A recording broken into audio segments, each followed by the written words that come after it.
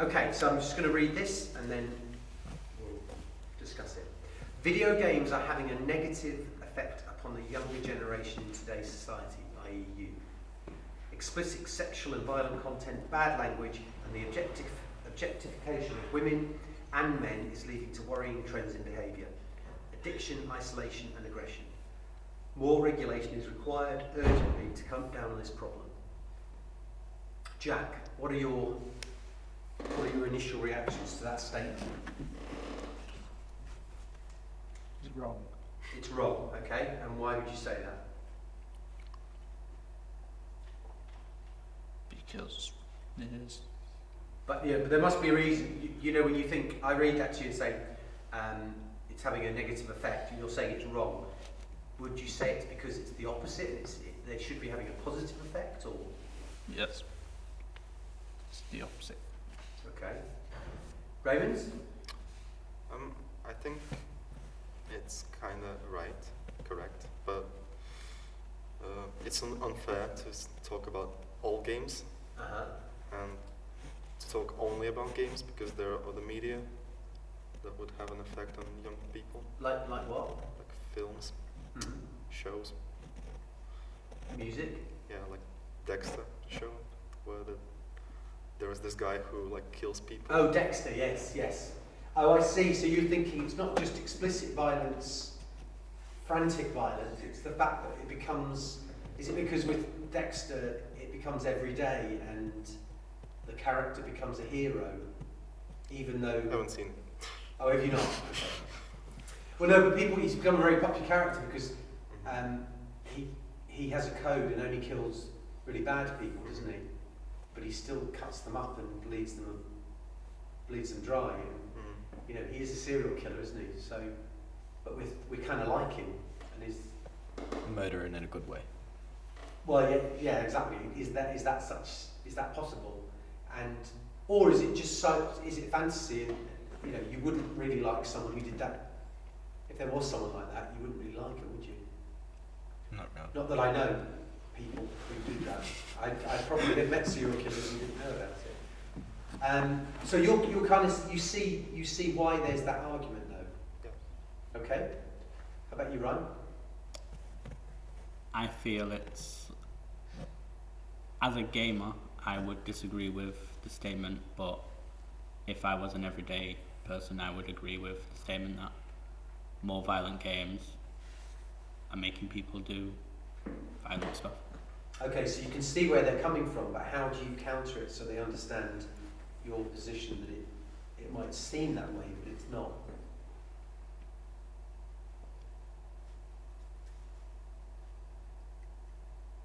Because not every game has explicit content.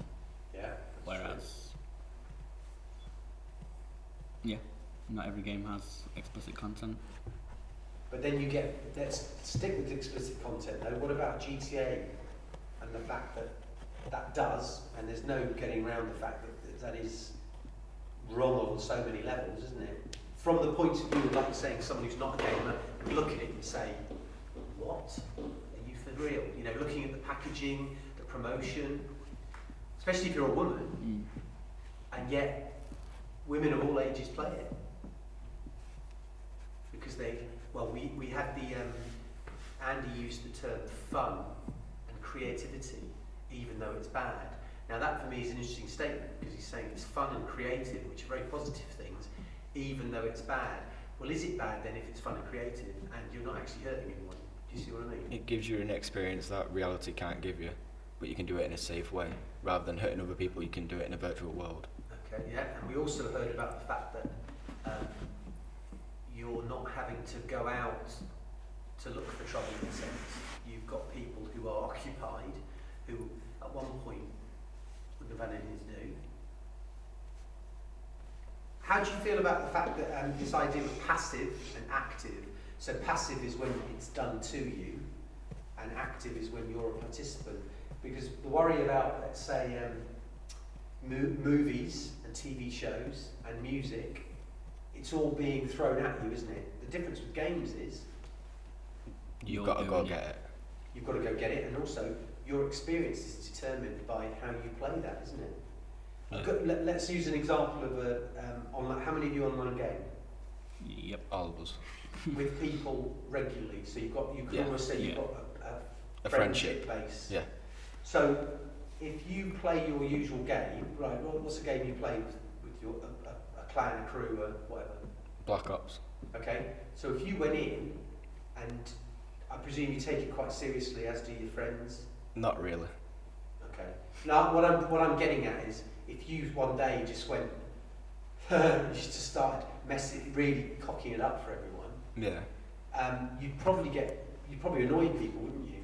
Even though it doesn't matter and it's just a virtual world. If you kind of threw the op, Yeah. if people are relying on you to cover them or whatever you're doing as a team, You're just messing around when people are trying to play serious. So it Precisely. puts them off, yeah. and they get angry at you when you're Yeah. just trying to play a game.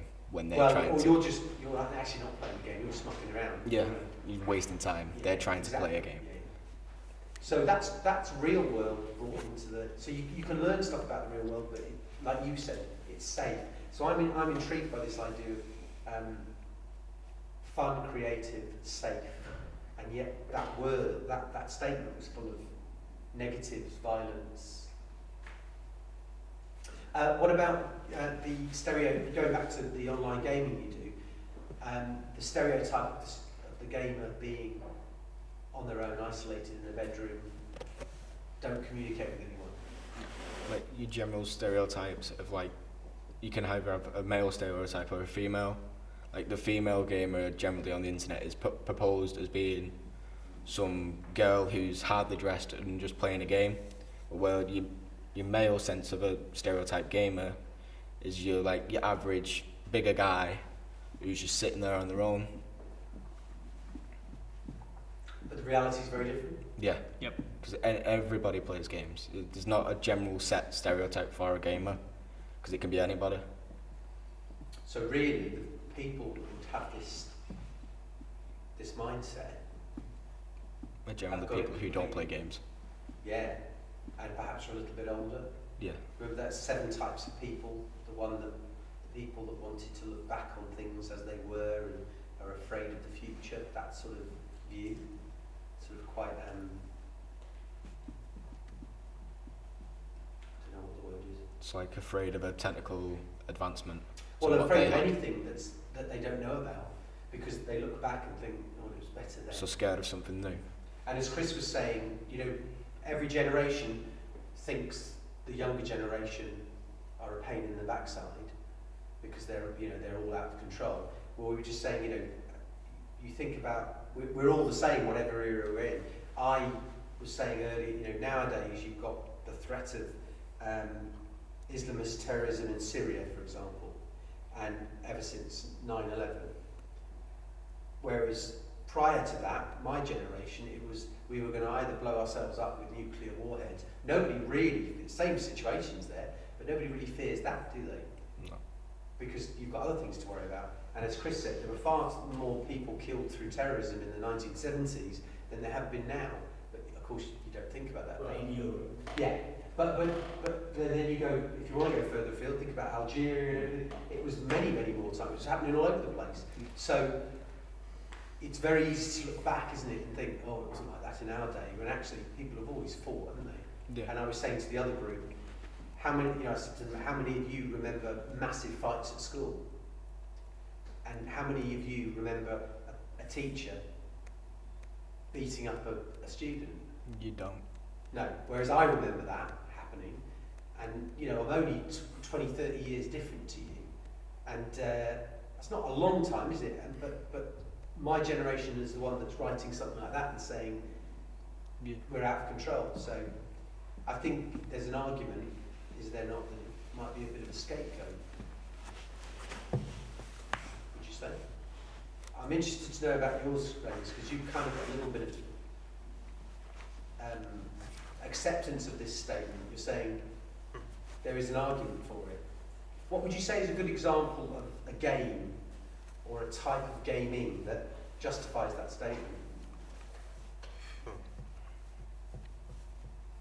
It's hard to come up with an example, but it's some game that has violence, but you have sympathy for the main character.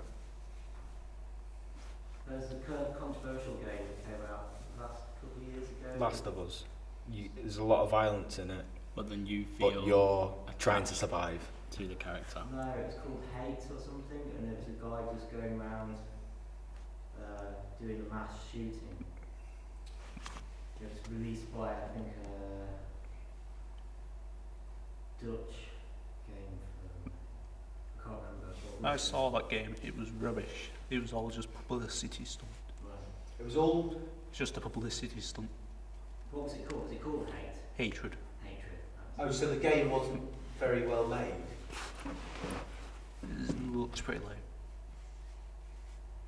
But Was you there- played as like a kind of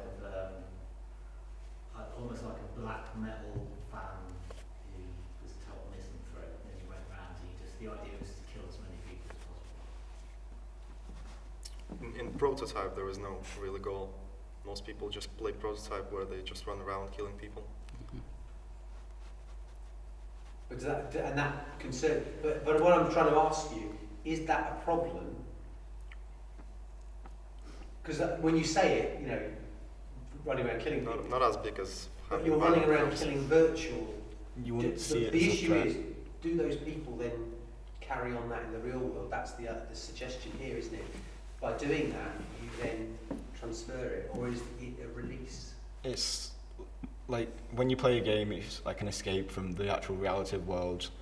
Like stuff like GTA and Saints Row, which are your free roam violent games, they explicit a lot of the things in that statement, like your things towards females, males, violence, drugs, and like being able to kill people with free will. But you wouldn't actually expect that in reality because it is wrong to do something like that. But in a virtual world, you can do anything you want. But that's my point. This suggests that type of game creates it and causes people to do it. What you're saying is quite the opposite. Having that freedom to muck around virtually because you know this isn't real means that you probably won't in the real world. You look like you're about to say something, Jeff. That's how I always thought about games. It's like, you do this in the games, so why would you want to go there outside in the real world and face consequences? Yeah, so it's like, yeah, you've got freedom again to express yourself and play. And then there's things like, why would GTA make me a killer if, like, Cookie Mama doesn't make me a chef or something? Yeah. Yeah. Okay, any... Or Mario Brothers doesn't make you run around banging into walls. And jumping down pipes. Yeah. Well, and I suppose the other argument is to look at something slightly different, not really necessarily violent, but I know when I play a simulator racing game, particularly the ones that are quite realistic in terms of graphics, and Forza. you feel it was there, I drive like an idiot. You know, because I can. Because I know if I crash, I'll get back on the road. Yeah. And I know if I There's don't no take- restart button in reality, Exactly. but in a game there is. Yeah, and I've crashed my car before and hurt myself, and I know, you know what I mean? There is a difference between Yeah, them. there's no consequences in a virtual world, but there is in a reality. And maybe that statement you just said is exactly the counter to this. Mhm. You know, people, and the first group talked a lot about